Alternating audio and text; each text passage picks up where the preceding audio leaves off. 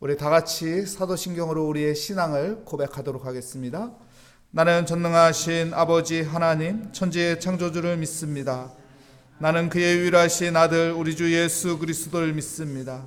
그는 성령으로 잉태되어 동정녀 마리아에게서 나시고 본디오 빌라도에게 고난을 받아 십자가에 못 박혀 죽으시고 장사된 지 사흘 만에 죽은 자 가운데서 다시 살아나셨으며 하늘에 오르시어 전능하신 아버지 하나님 우편에 앉아 계시다가 거기로부터 살아있는 자와 죽은 자를 심판하러 오십니다. 나는 성령을 믿으며 거룩한 공교회와 성도의 교제와 죄로 용서받는 것과 몸의 부활과 영생을 믿습니다. 아멘. 오늘 우리에게 주시는 하나님의 말씀은 예레미야 41장 11절부터 15절까지 말씀입니다.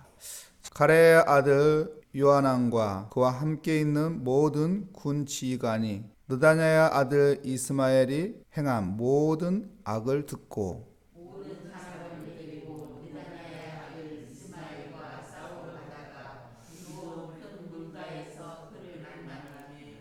이스마엘과 함께 있던 모든 백성이 가레의 아들 요한난과 그와 함께 있던 모든 군 지휘관을 보고 기뻐한지라.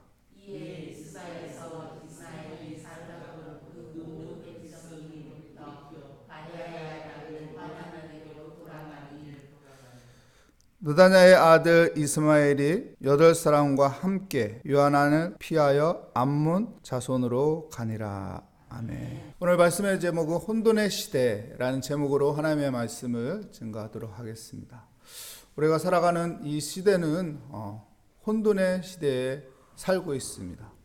이런 혼돈의 시대에 우리가 어떻게 살아야 할까요? 우리는 무엇을 붙잡으면서 살아야 할까요? 오늘 말씀을 통해서 그 은혜를 갖는 믿음의 자리가 되시기를 축복합니다. 예레미야서를 보면은 우리가 예루살렘이 바벨론에 의해서 함락되는 것을 볼 수 있습니다. 그리고 바벨론은 이 예루살렘을 다 불태버리죠. 다 불태운다는 것은 회복 불가능하게 만들어 놓는다는 거예요. 그리고 어떡합니까? 성벽을 무너뜨립니다. 성벽 전부 무너뜨리진 않지만 일부의 성벽을 무너뜨립니다. 이 성벽을 무너뜨린다는 것은 상징적인 의미가 있죠. 바벨론이 예루살렘을 다 정복했고 전쟁은 끝났다. 바벨론의 승리로 끝났다는 것을 보여주는 상징적인 의미가 담겨 있는 것이죠. 예루살렘이 다 불타고 이젠 임시 수도를 서북 쪽에 있는 약 6km 정도 떨어져 있는 미스바의 임시 수도로 정합니다. 그리고 바벨론에서는 총독으로 누구를 세우죠? 그다랴를 세웁니다. 그다랴는 믿음이 좋은 가문에서 태어났습니다. 그리고 그다랴라는 사람은 참 착한 사람이었죠. 그렇기 때문에 이스라엘 백성들이 그를 추종하고 그를 중심으로 해서 잘 모일 수 있는 그런 인물이죠. 그런데요, 이것을 시기하는 사람이 있었습니다. 질투하는 사람이 있었습니다. 이스마엘이라는 사람이죠. 이 이스마엘은 왕족 가문의 사람이에요. 왕족 가문의 사람이니까 질투가 생기겠죠. 시기가 생기겠죠. 그렇기 때문에 자기 마음에 악이 올라오게 됩니다. 그래서 총독으로 세워진 그다랴를 어떻게 합니까? 죽입니다. 그다랴뿐이 아니라 그곳에 있었던 그다랴의 측근들도 죽이고, 그리고 그곳에 거주하고 있었던 그 갈대아 사람, 바벨론 사람들도 다 죽입니다. 그것뿐만 아닙니다. 80명의 순례자들이 왔었는데 순례자들이 성전이 무너진 것을 보고 가슴 아파하죠. 그리고 눈물을 흘리면서 성전으로 나아갈 때 이 이스마엘이 어느 정도 악하냐면은 그들을 눈물을 흘리면서 맞이합니다. 그리고 그 순례자를 어떻게 하죠? 다 죽입니다. 와, 얼마나 악한 사람입니까? 그 순례자 중에서 10명이라는 사람은 살기 위해서 이렇게 얘기하죠. 우리에게 밀과 보리와 포도주와 기름을 땅에 숨겨놓은 것을 우리가 알고 있는데, 그러니까 어떻게 해요? 이 이스마엘이 이 재물의 욕심도 있어가지고 그들을 살려줍니다. 이스마엘은 정권에 대한 어떤 권력에 대한 욕심만 있었던 것이 아니라 재물에도 욕심이 있었던 사람이죠. 무차별하게 사람들을 다 죽입니다. 그리고 어떡합니까? 이제 이스라엘에 있는 사람들, 예루살렘에 있는 이 사람들을 이제 끌어서 암몬으로 이제 가죠. 왜요? 암몬에 가서 이제 자기의 힘을 더 키우려고. 자기 힘을 더 키우려고 사람들은 이제 다 끌고선 갑니다. 출발합니다. 이 사실을 이제 누가 알았나요? 오늘 우리 읽었죠? 요하난이 알게 된 거예요. 그래서 요하난이 어떡합니까? 정의를 가지고 용기를 가지고 달려옵니다. 추격합니다. 그래서 기브온에서 만나게 되는 거예요. 기브온에서 딱 만나게 되니까 백성들이 누구를 추종하죠? 요한나를 추종하죠.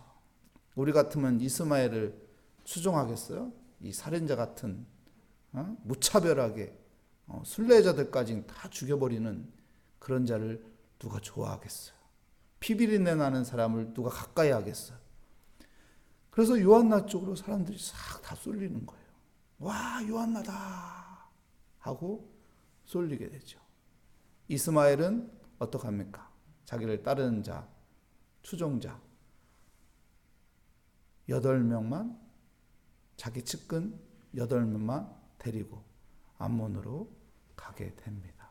근데 요한나는 이렇게 정의롭고 용기가 있는 사람이었는데, 또한 정보도 잘 알아가는 그런 사람이었는데, 그 마음에 어떤 마음이 들었냐면은 두려운 마음이 드는 거예요. 왜요? 바벨론이라는 나라에서 총독으로 누구를 세웠습니까? 그다랴를 세웠습니다. 근데 그다랴가 암살되었어요. 그리고 그다랴만 죽였습니까? 바벨론 군대들도 다 죽였어요. 그들만 죽였어요? 죄가 없는 이 순례자들도 다 죽였단 말이에요. 이젠 바벨론에서 이걸 어떻게 볼까요? 야, 여기 누가 있지? 요한나? 네가 이 짓을 한 거 아니야? 이렇게 오해받을 수 있잖아요. 야, 모든 게 나한테 다 오겠구나. 야, 이거 잘못하다간 나 죽겠다. 그래서 요한나는 어떡합니까? 애굽으로 도망갈 생각을 갖습니다. 우리는 이 세 사람을 주목해서 우리가 왜 성경에서는 이 세 사람을 기록하는 것일까? 왜 세 사람의 이야기를 이렇게 자세하게 기록하고 있는 것일까? 생각을 해야 돼요. 그렇잖아요. 예레미야의 동태만 이야기하면 되지. 오늘 우리는 41장에서 예레미야는 어디로 갔는지 궁금할 정도로, 예레미야는 어디에 있지? 예레미야에 대해서는 얘기도 안 하네. 근데 이 세 사람에 대해서 주목하게 만들고 있습니다. 이 세 사람을 통해서 우리가 배워야 할 것이 있다는 것이죠. 여러분, 그다랴 믿음이 좋은 가문이었지만은, 이 믿음이 좋은 가문에서 태어났지만은 그다랴에게 문제는 무엇이었어요? 그다랴에는 하나님의 말씀에 대한 근거 없는 낙관주의에 빠져서 있다는 거예요. 그리고 하나님 앞에 기도하는 모습도 보이지가 않고 있어요. 이스마엘은 아니 하나님의 택한 나라의 왕의 혈통으로 태어난 사람인데 믿음으로 서 있지도 않고 악으로 서 있는 모습을 볼 수가 있어요. 그러니 이 안에 하나님의 말씀이 있겠어요? 하나님 앞에 엎드리는 게 있었어요? 나라를 생각하는 게 있겠어요? 백성들을 생각하는 게 있겠어요? 자기 안위와 자기 권력과 자기 것을 챙기려는 것에만 집중되어 있는 모습을 볼 수가 있죠. 마지막으로 요한나는 정의롭습니다. 용기도 있습니다. 그리고 모든 정보들을 빨리 찾아내는 사람이에요. 그런데 이 사람도 역시 무엇이 없습니까? 그 안에 하나님을 향하는 그 말씀이 없어요. 하나님, 이런 상황일 때 어떻게 합니까? 하나님의 뜻은 무엇입니까? 하나님 앞에 엎드리는 것도 없는 것이죠. 이 세 사람의 공통점은 여러분, 그 안에 하나님을 향하는 마음이 안 보이고 있다는 거예요. 하나님 앞에 엎드리는 것도 없고 하나님이 주신 말씀을 붙잡는 것도 없고 하나님의 뜻을 알고자 하는 것도 없어요. 여러분, 우리는 혼돈의 시대에 살고 있습니다. 이 혼돈의 시대에 우리가 이 혼란스러운 시대, 코로나라는 것이 들어와가지고 어떤 방향으로 살아야 하는 것이 맞는 것이지? 그리고 경제적인 혼란 속에서 어떻게 살아야 우리가 살아남을 수 있는 것이지? 그리고 예배를 드리는 이런 문제들을 통해서 우리는 어떻게 신앙을 가져야지? 이런 혼돈의 시대에 우리는 살고 있는데 이때 우리가 가져야 할 것은 무엇일까요? 여러분, 그다랴처럼 살아야 하나요? 아니면 이스마엘처럼 살아야 하나요? 아니면은 요한나처럼 살아야 하나요? 성경은, 하나님은 우리에게 가르쳐주고자 하는 것은 네 안에 하나님의 말씀이 있느냐? 네 안에 하나님을 바라보고 있느냐? 네 안에 하나님의 뜻을 찾고 있느냐? 우리에게 묻고 있습니다. 여러분, 하나님의 말씀이 내 안에 있는 믿음의 사람이 되시기를 축복합니다. 내 안에 하나님 앞에 엎드리며 하나님의 뜻을 찾는 하나님의 사람이 되시기를 축복합니다.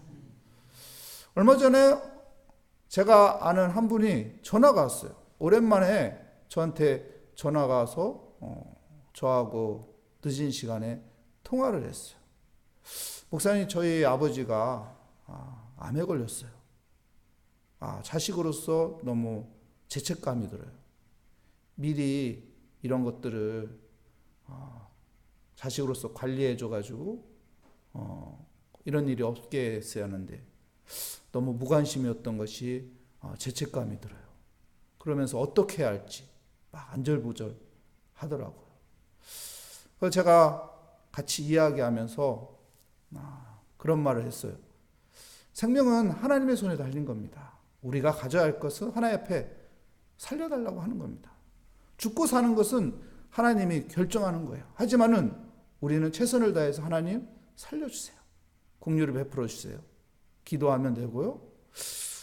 하나님이 주시는 마음은 두려운 마음이 아니라 능력과 사랑과 절제의 마음이니까 우리 하나님 앞에 맡기고 하나님 능력으로 치료해 주시옵소서. 치료 안 해 주셔도 그 모든 것이 하나님의 뜻이 있으니까 우리는 하나님 앞에 맡기며 우리가 해야 할 것은 하나님 치료해 주십시오. 기도하는 겁니다. 그리고 우리 가정에 나에게 왜 이런 일이 있을까 하며 하나님의 뜻을 찾아야 합니다. 하나님이 주시는 말씀은 무엇인가? 하나님 우리 가정에 주는 말씀은 무엇인가? 우리 이것을 위해서 기도합시다. 이렇게 함께 이야기를 하고 나니까 그분이 마음이 편해지네요. 그동안 내가 안절부절하고 어디로 어떻게 해야 할까? 또 어느 병으로 옮겨야 할까? 수술을 해야 할까? 수술을 하지 말아야 할까? 연세가 많기 때문에 많은 염려와 걱정을 가지고 있다. 근데 대화를 하면서 마음이 편해지고 내가 지금 헛된 것에 안절부절하면서 두려움만 가지고 있었구나.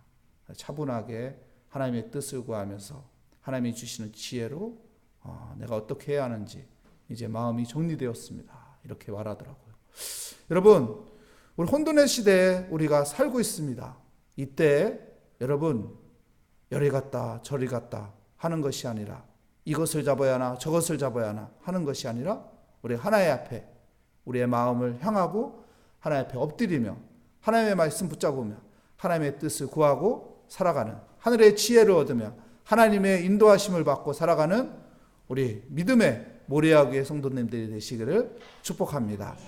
기도하겠습니다. 하나님 감사합니다. 주의 은혜 가운데 오늘 또 새벽을 깨우며 주께 나왔습니다. 주께 엎드립니다.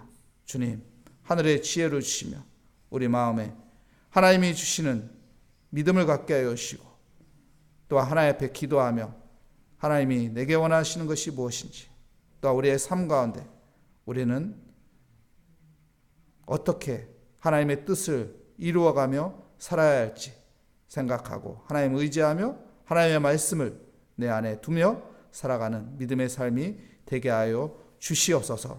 주께 감사드리며 예수 그리스도의 이름으로 기도합니다. 아멘. 하늘에 계신 우리 아버지, 아버지의 이름을 거룩하게 하시며 아버지의 나라가 오게 하시며 아버지의 뜻이 하늘에서와 같이 땅에서도 이루어지게 하소서. 오늘 우리에게 일용할 양식을 주시고 우리가 우리에게 잘못한 사람을 용서하여 준 것 같이 우리 죄를 용서하여 주시고 우리 시험에 빠지지 않게 하시고 악에서 구하소서. 나라와 권능과 영광이 영원히 아버지의 것입니다. 아멘. 오늘 또 우리는 믿음을 가지고 주님 앞에 나왔습니다. 이 시간 하나님 앞에 뜻을 구하며 하나님의 말씀을 붙잡고 겸손히 하나님 앞에 엎드리며 우리의 모든 것을 하나님 앞에 아뢰하며 기도하도록 하겠습니다. 오 하나님 아버지, 주의 은혜 감사합니다. 새벽을 깨우게 하여 주시며 겸손하게 주께 기도의 자리로 인도하여 주신 하나님의 은혜 감사합니다. 하나님 이 시간도 하나님 앞에 기도합니다. 나의 생각도 중요하고 나의 상황과 처지를 하나님 앞에 아뢰며 의지하는 것도 중요하지만 하나님의 뜻이 무엇인지 하나님이 내게 주시는 말씀은 무엇인지 오늘 나는 하나님의 인도함을 받고자 하는지 하나님 바라보게 하여 주시고 나 자신을 점검하게 하여 주시고 하나님 앞에 내가 더욱 엎드리며 하나님 의지하며 하나님 앞에 기도하며 주의 말씀을 내 마음에 품으며 그 말씀 붙잡고 그 말씀이 인도하는 삶으로 살아가게 하여 주시옵소서. 주님께서 말씀하시길 나는 길이요 진리요 생명이라고 하셨는데 주님이 아버지의 말씀으로 이 땅에 오셨는데 하나님 우리가 말씀으로 예수 그리스도의 이름으로 하나님 그 길, 그 진리, 그 생명을 따라가게 하여 주시옵소서. 주님 감사합니다. 기도하게 하여 주시니 감사합니다. 주님 감사합니다. 주님을 생각하게 하여 주시니 감사합니다. 주님 오늘도 주의 말씀 따라 살아가는 삶이 되게 하여 주시옵소서. 오늘도 주님께 엎드리며 기도하며 살아가는 삶이 되게 하여 주시옵소서.